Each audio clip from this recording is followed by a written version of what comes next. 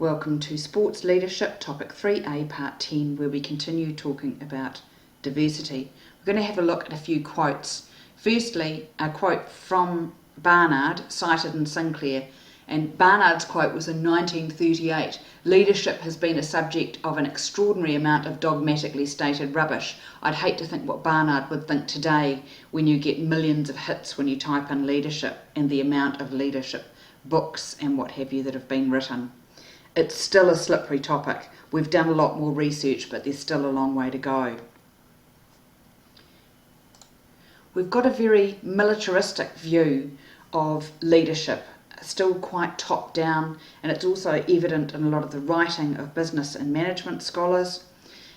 We still haven't got a really clear idea of how leadership develops and why it develops, so it's something else that needs to be looked at.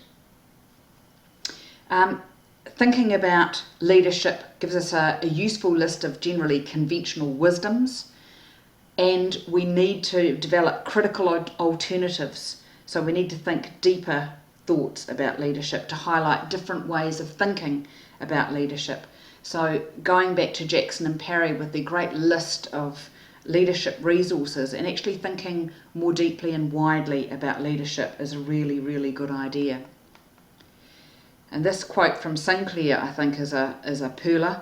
Only by challenging the assumptions on which leadership is based will we be equipped to seriously anticipate the transformation that's so often promised by leadership.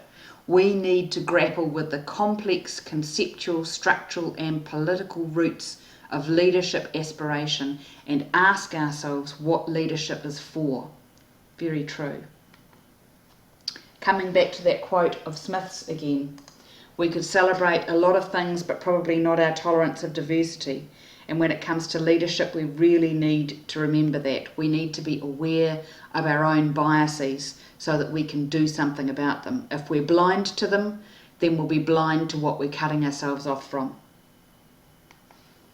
So thinking about creating culturally diverse organisations, we start with awareness, where we're just meeting legal requirements and diversity is seen as a problem. I think most of us have moved past that. Some organisations are still in stage 2, where diversity is a problem still, so you have to react to the problem. They recognise the barriers that minorities face. However, stage 3 is probably where a lot of New Zealanders are, that diversity is actually considered to be a competitive weapon, that there are real advantages in having a diverse organisation, and there's an effort to recruit and retain minorities because they bring different points of view. But where we need to be is in the last 2 stages, where we've moved from acceptance to absolute appreciation, where you walk down the street and you don't notice that there are people from all over the place wearing all sorts of gear, speaking all sorts of languages.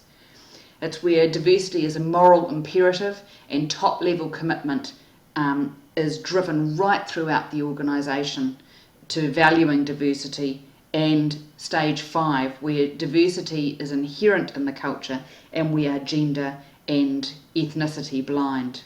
That's our ideal. That's where you guys need to be working. So, leading a diverse organisation, you need to have a personal long-range vision, because this isn't going to happen by accident. You have to keep making every decision lined up to drive this through. You need a broad knowledge of diversity, of gender and of multicultural issues, and you only get that by talking to the very people concerned. You need to have personal openness to change, and you are likely to be very, very challenged on this as well.